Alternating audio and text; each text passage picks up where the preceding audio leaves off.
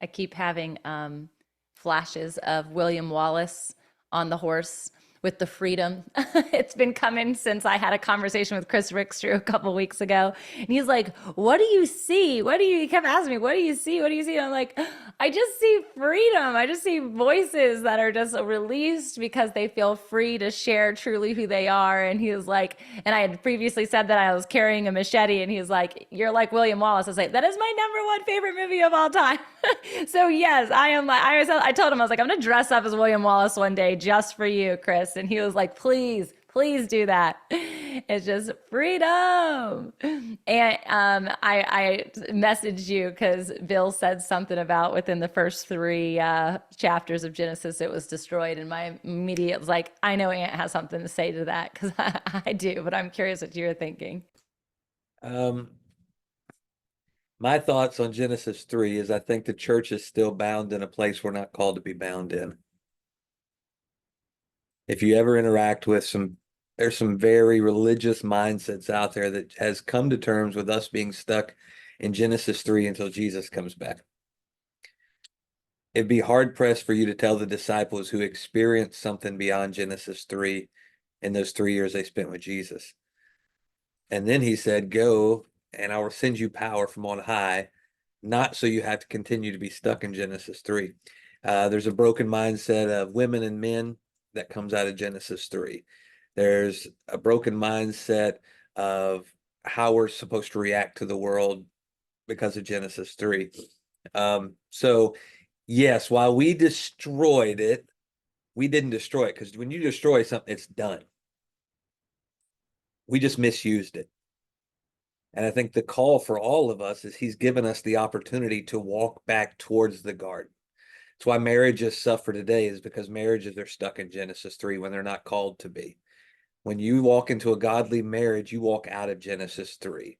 No longer does my wife have to be at odds with me if we're really seeking after God. Like that's the call of Christians, is to step beyond that curse, to begin to operate outside. Now, we don't get to go back to the garden and have the beautiful intimacy with no sin around us, but we do, with the Holy Spirit, get invited into a place where we have that peace. That's the only peace that you can gather is outside of Genesis 3. Genesis 3 doesn't give you peace.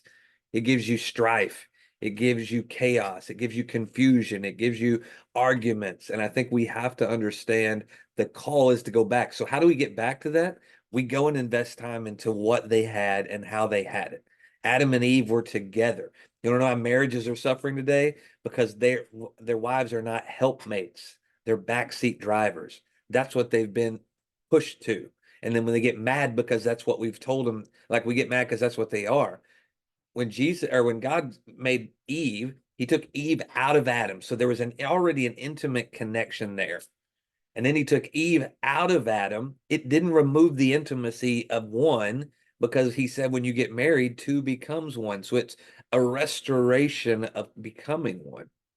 What he was really doing is getting the internal voice out of Adam so he could be encountered with the external voice that was different than his. He took the feminine out of man because he needed to encounter the very different perspective and voice of a woman.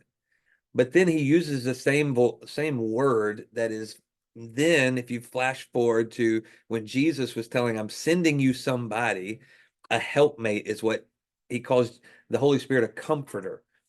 It's the same word base, if you get down to the Greek and the Hebrew, that comes out of that word helpmate that he created Eve. So that declares an intimate invitation for man and woman, and man and the Holy Spirit, and how they're so intricately aligned when you allow God to minister into what it's supposed to look like. But the result is Genesis 3, the curse that we're living in. It's the world around us.